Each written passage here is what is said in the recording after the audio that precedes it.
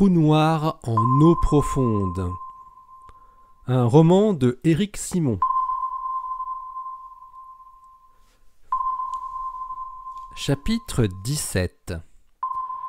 27 avril 2018. 6 heures pile. Ted et Cathy furent réveillés en sursaut par des violents coups sur la porte. « Police, ouvrez !»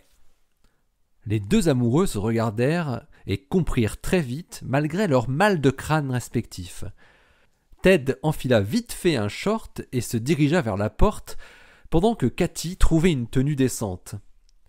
Il y avait 4 policiers, 3 hommes et une femme, tous en uniforme et coiffés d'une casquette qui devait être le signe distinctif de la police néo-zélandaise. « Ted Eisner et Cathy Irving ?»« Oui, c'est nous », répondit Ted sur un ton monocorde.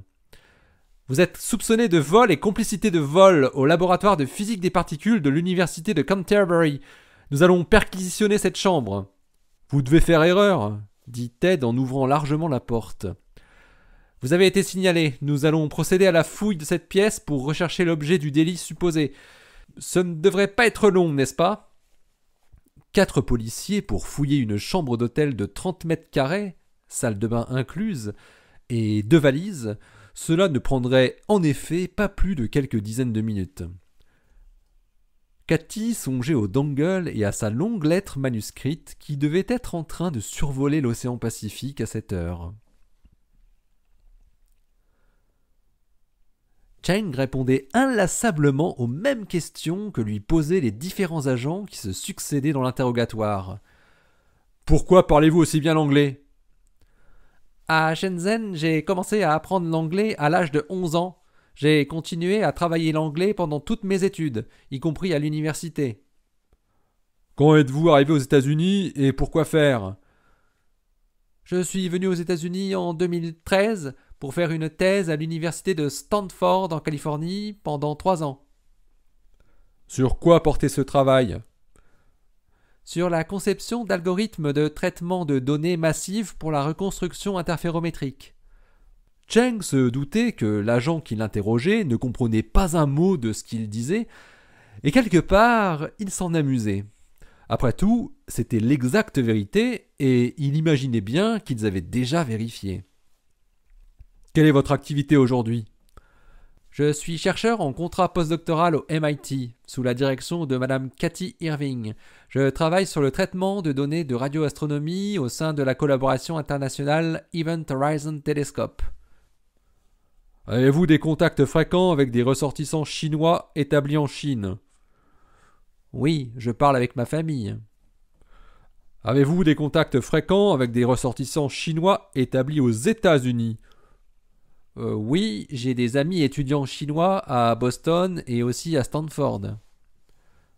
Avez-vous, au cours de votre activité, été le témoin, par quelque moyen que ce soit, d'actions du gouvernement américain dont vous n'auriez pas dû être le témoin en temps normal ?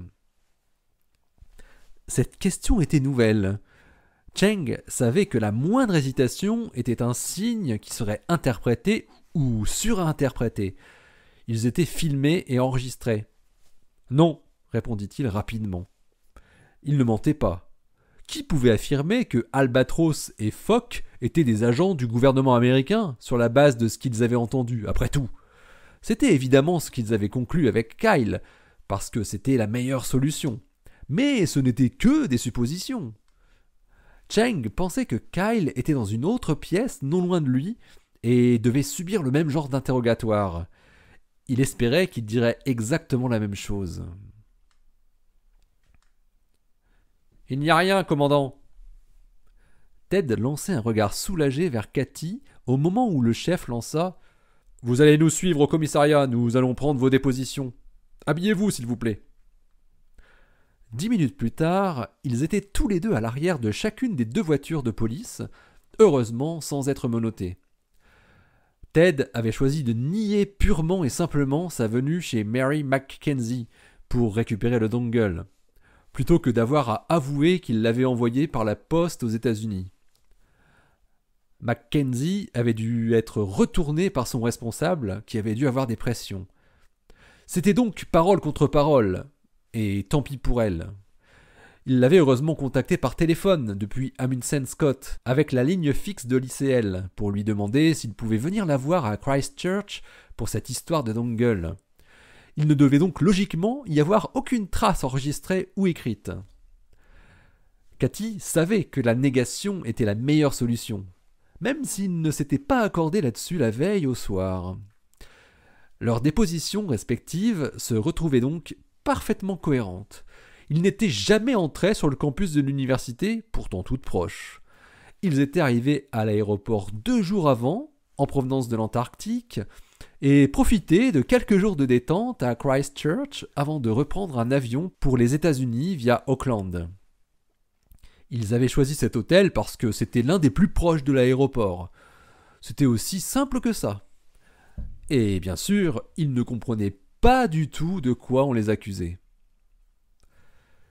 Ils avaient échappé à la fouille au corps. Les policiers avaient dû juger que le temps écoulé entre leur frappe sur la porte de la chambre d'hôtel et son ouverture par Ted n'avait pas été suffisant pour que l'un ou l'autre puisse cacher l'objet dans une partie intime de son anatomie. Cathy avait craint un instant cette procédure on ne peut plus humiliante. Kyle ne pouvait s'empêcher de ressasser et de refaire le film des derniers jours. Il était pourtant sûr d'avoir fait le bon choix en sautant dans ce bus de nuit. C'était sûr que Cheng avait été arrêté à cause de ce qu'ils avaient trouvé. Les services américains devaient être sur leur piste. D'ailleurs, à l'heure qu'il était, ils devaient déjà savoir qu'il se trouvait au Canada. Cathy devait avoir eu des informations si elle lui avait dit de rester au vert. Forcément, ça avait dû bouger au MIT et au Smithsonian. Mais Kyle se sentait comme en prison au sein de sa propre famille. Il voulait agir et connaître le fin mot de l'histoire de ce qui était en train de se passer à Boston. Cathy devait y être rentrée normalement. Kyle pensa qu'il pourrait communiquer avec elle par courrier papier plutôt que par les voies électroniques classiques qui étaient de véritables passoires à renseignements. Il prépara une lettre pour sa responsable de thèse dans laquelle il lui disait où il se trouvait et où il demandait quelles étaient les nouvelles de Cheng, si elle en avait, et aussi au sujet des informations obtenues au laboratoire de Ice Cube. Il demandait surtout à Cathy ce qu'il devait ou pouvait faire pour se rendre utile dans cette situation rocambolesque. Nom, prénom, profession, date et lieu de naissance. Pour la 10e fois, Cheng répondait aux mêmes questions. Li Cheng, 29 ans, chercheur en contrat postdoctoral. Je suis né à Shenzhen, en Chine, le 23 juillet 1990.